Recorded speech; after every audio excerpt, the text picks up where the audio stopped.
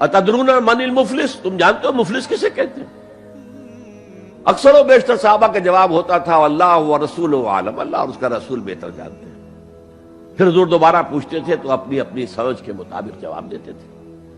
المفلس عندنا ما لا درہم لہ ولا دینارا، حضور ہم مصرف اسی کو سمجھتے ہیں جس کے پاس نہ درہم ہے نہ دینار ہے۔ فرمایا نہیں، میری امت کا مفلس وہ ہوگا جو قیامت میں حاضر ہوگا تو نمازوں کی بھی بہت بڑی گٹھری لے کر آئے گا، روزے بھی ہوں گے، عمرے بھی ہوں گے، حج بھی ہوں گے، نیکیوں کی بہت بڑی بڑی گانٹھیں ساتھ ہوں گی، لیکن حقوق العباد میں اس نے کوتاہی کی ہوگی۔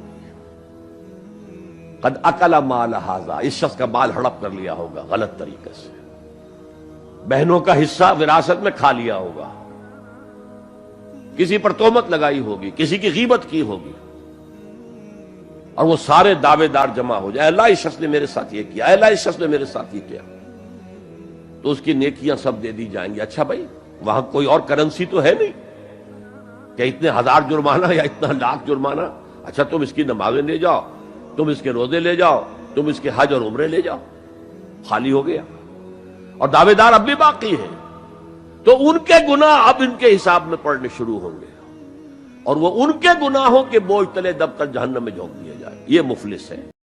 دین کی بات پھیلانا صدقہ جاریہ ہے، ثواب کی نیت سے ویڈیو کو شیئر ضرور کیجیے۔ جزاک اللہ۔